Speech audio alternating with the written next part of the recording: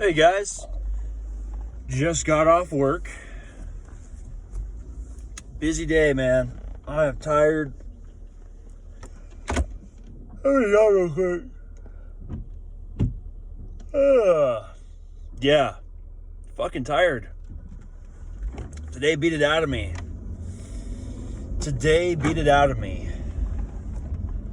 Don't know why. It wasn't a super long day. It wasn't a super busy day, but I don't know. Just felt it today. Whatever. Is what it is. But one thing is that the day ended with some Christmas music. That's right. Some good old classic Christmas music. And you know what? Christmas music is a special thing. I love Christmas music. I don't really like the new Christmas music. I don't like Mariah Carey and, all the other Christmas stuff. I do like the Trans-Siberian Orchestra. They're great. I saw them in concert one year, many years ago. Actually, it was the first concert I ever went to. Trans-Siberian Orchestra, San Diego Sports Arena. Good show. But, the classic Christmas, man. The classic Christmas, and I really do like Last Christmas. Which is not really classic Christmas, but it's kind of midway there between the classic Christmas stuff and where we're at now. So I guess it's kind of classic. But there's something so warm and inviting and comforting about old Christmas music. It just, particularly after a long day. After a long day and you come home to a nice warm fire, the lights are all on all around you, and you got, I'm dreaming of a white Christmas, just like the ones I used to know. You got that playing in the back. I don't know, there's just something so just amazing about that. It's amazing, it's kind of nostalgic. There's just something to it, man. And it'll never get old. The White Christmas song was written during a time, I think this was back in like the 40s or the 50s. And the Christmas that year was not a white Christmas. The winter that they were having that year across the United States was very warm. And there was no snow. And so that's why they sing the line, I'm dreaming of a white Christmas, just like the ones I used to know. Pretty crazy, huh? All the news these days, every year, whenever there's some unusual weather pattern, which, by the way, happens every year, sometime around the world. Somewhere around the world. Why is this dude flickering his lights behind me? What the fuck is going on? I don't know. Some dude on a bike. Anyways, back to what I was saying. The news, first off, is not here to inform you. It's here to emotionally rape you and make you feel like shit. It's not here to inspire you. It's not here to educate you. It's here to just warp your mind. There's nothing really good about it. The only useful news, really, at the end of the day, is your local news. That's it. And really, if you think about it. And I'm not saying that there isn't some news out there that doesn't matter. But what I found is that when you don't pay attention to the news, the things that matter find you. You don't need to look at your phone. You don't need to ask anybody about what's going on. It will find you somehow, some way.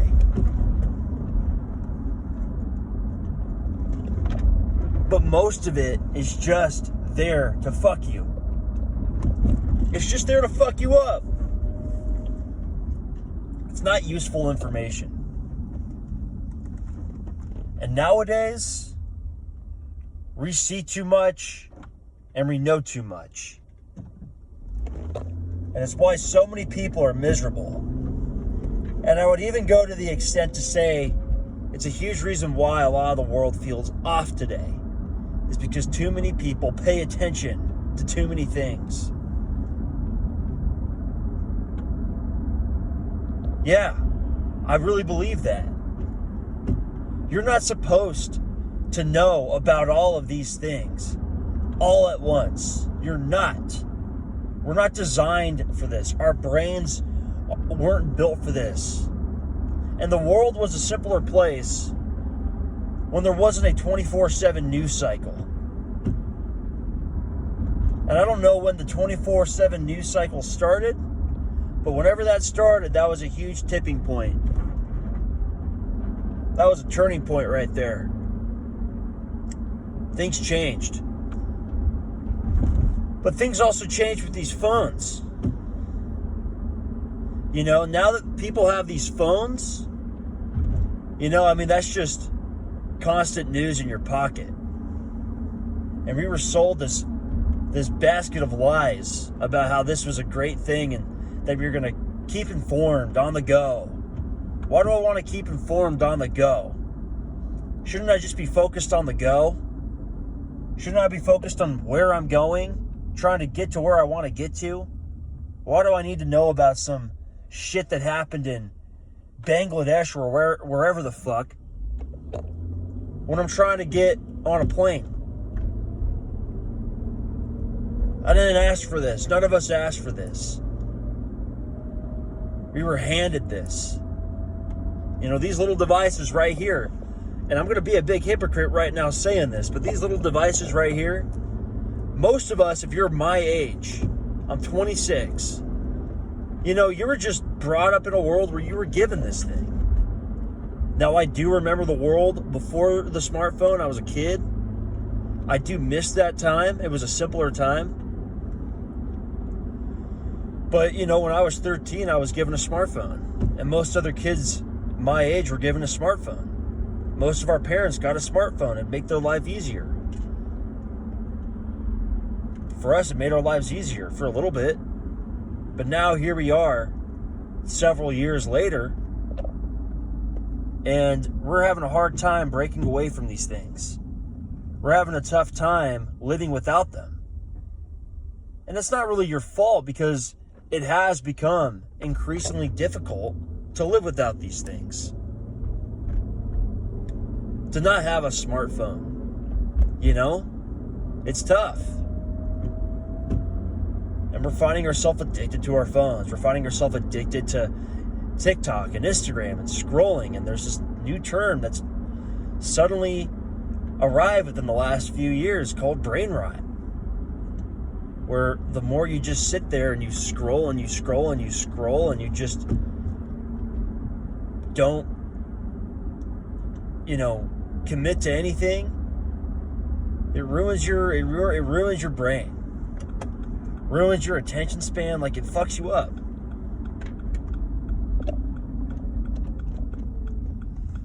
I don't think these phones have been great for us. There's obviously some things that it's done good for. It is a tool. At the end of the day, it is. It's a tool. It can be used for good or it can be used for evil. But if I had to give my take, my 2 cents here, this thing was made to enslave us. This thing was made to make us digital slaves and have no real autonomy in the future. And it's heading that way. And I don't want to be Mr. Doomer and Mr. Gloomer here, but, I think we can now see it clear more than ever that these things and this digital world that they want, where they want everything digital. They want the currency digital. They want, your passport digital. And they want to tie it into like your social security number. and your social credit score, and just like have this super like dystopian system on steroids. You know, they wouldn't have been able to have this if it wasn't for the smartphone, and if it wasn't for getting everybody so hooked on these things and getting everybody so used to using these things for everything, and forgetting how to like not use these things for the things that we used to do before we had these things, like remember phone numbers, or, you know, have a checkbook, or, you know, actually just remember what it meant to really just kind of sit in silence by yourself with your own thoughts. You know how many people can't sit with their own thoughts these days? It's ridiculous, man. It's sad. And it's going to be a growing freaking trend in the future, where people just can't sit still. You know, not even just for a little bit. Their immediate instinct is to reach for their phone. And listen,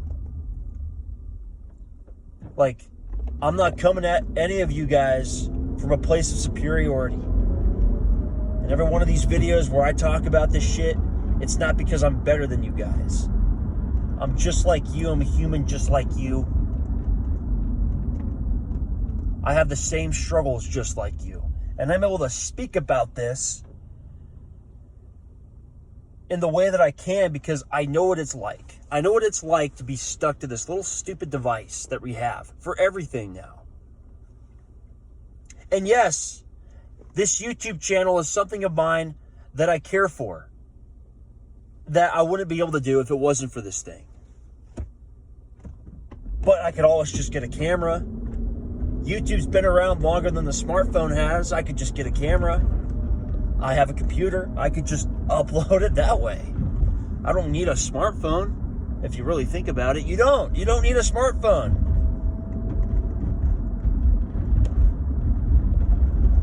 But we've been low-key, like, conditioned to have these things for everything. And though it's a bit of a stretch to say it, I really do kind of see that there's a great chance that we have been, you know, conditioned to be so used to using these things for everything and to have forgotten a few old world skills. And by old world, I'm only talking like a few decades ago, not a long time ago, that we used to do, that we used to have, to basically become slaves to our phones, which will eventually lead us to being digital slaves. Nobody carries cash anymore. What do you think this whole push to have no cash is all about? Everyone's got a different opinion on that, but I mean, it's pretty clear why they want no cash. It's pretty clear why they want just no like physical things in this world. It's pretty clear, man. I think it's pretty clear. It's because they want you dependent. You know, they want you to be dependent on them. And them, you know, them is it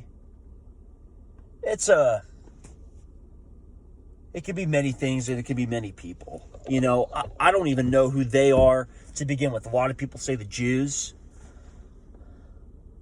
But I think that one's been thrown around so much at this point that I think we got to kind of think outside that box a little bit. But anyways, man, I've had a lot in my mind. There's a lot of things I've thought for so long, and I just want to share it. And whoever hears this and take some value from this, that's great. But whoever,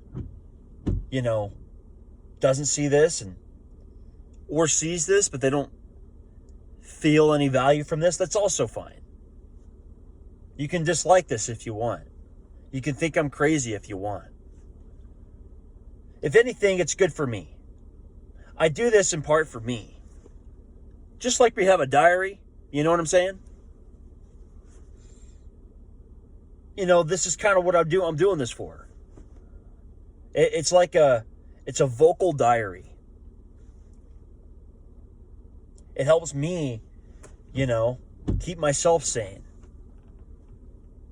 Helps me express some things I want to express, which is important to me. It's real important. Yeah. So anyways, anything else I want to say? Not really, but this neighborhood I pulled up into, it's a nice neighborhood. I like this neighborhood. It's not like a super old neighborhood, but it's not a super new neighborhood. It's actually really nice. These houses are really actually nice houses. They got a nice layout, solid foundation. They're not cookie cutter. They're actually painted different colors. They have big yards. Nice homes over here. I live in Bend, Oregon. This is a town, or I guess you could say at this point a city. It's a small city that's really split in two. It's really two different towns. You got the west side that is the most popular side. It's where all the tourists go. It's kind of old Bend, downtown Bend, and then all the neighborhoods around downtown, these old neighborhoods. And those old neighborhoods used to be where all the old mill workers used to live way back in the day when the mill was running, which was the old economy in this town, shut down in the 80s. And that area over there, it's got its charm. It's cool. But it's become real crowded. And it's got a very, I don't know, just kind of a stuck-up vibe. This really trendy vibe. It doesn't really feel like a normal place. You know what I mean? It just feels kind of like a resort town. Like Park City or, some ski town in Colorado like Vail or Aspen. One of those places. I don't know if it's the best comparison. It's like those places mixed in with the Portland vibe. You know what I'm getting at? The Portland vibe. You ever been to Portland? Portland, Oregon. It's got its vibe. It's got a type of person. And they made a whole show about it called Portlandia, which is pretty funny at times. And I think it was one guy. The whole show had one guy on the whole show. He played all the characters. I think. Anyways, yeah, it's got that vibe. But then you go over to the east side.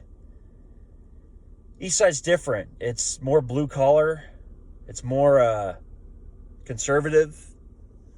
You're headed out towards the desert. So the overall topography kind of changes. There's not as many trees. And to be honest, I kind of like it more. It's more, it just feels more real over here. It's one of the reasons why I live on this side of town. It just feels more real. It feels more like the old Bend. It feels more like just like a real town. Some of these neighborhoods over here that have been built within the last 30 or 40 years, they're probably some of my, with the exception of a few others, probably some of my favorite neighborhoods here. Because they're simple. But it's when houses were still not super cookie cutter. They still had some character to them. They still had some warmth to them. They weren't these like open floor plan type homes where they're all the same and everything on the inside is just gray and white and super sterile. You know, it's like, and these homes have been owned, you can tell they've been owned by the same owners for several years now. Hence why a lot of them haven't changed a whole lot. Which is what I like. It's what I like to see in this world. Sick and tired of all these fucking people coming up and gentrifying every goddamn place, making everything look the same. Decades lost. So yeah, I guess that's another thing I had to say.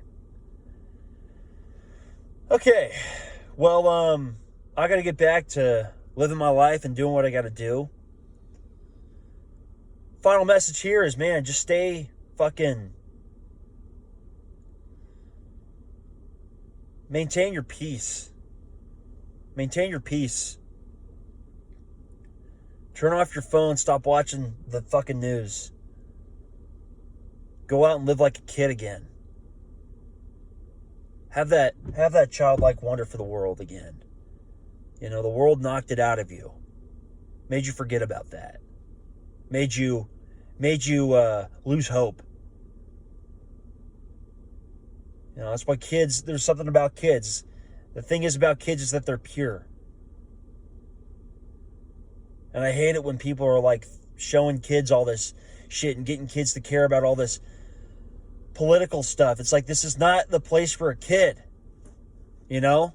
I don't care what fucking side it is. Whether it's the Democrats doing it or if it's the Republicans doing it. I come from a mostly Republican family, and a lot of them sometimes will like show us videos like, look at this 10-year-old girl owning the libs. It's like, dude, what the fuck? She's a kid. Kids shouldn't be out there doing that kind of thing. Why is a kid in an adult arena? It's not good for them. She should be out just being a 10-year-old girl. You know?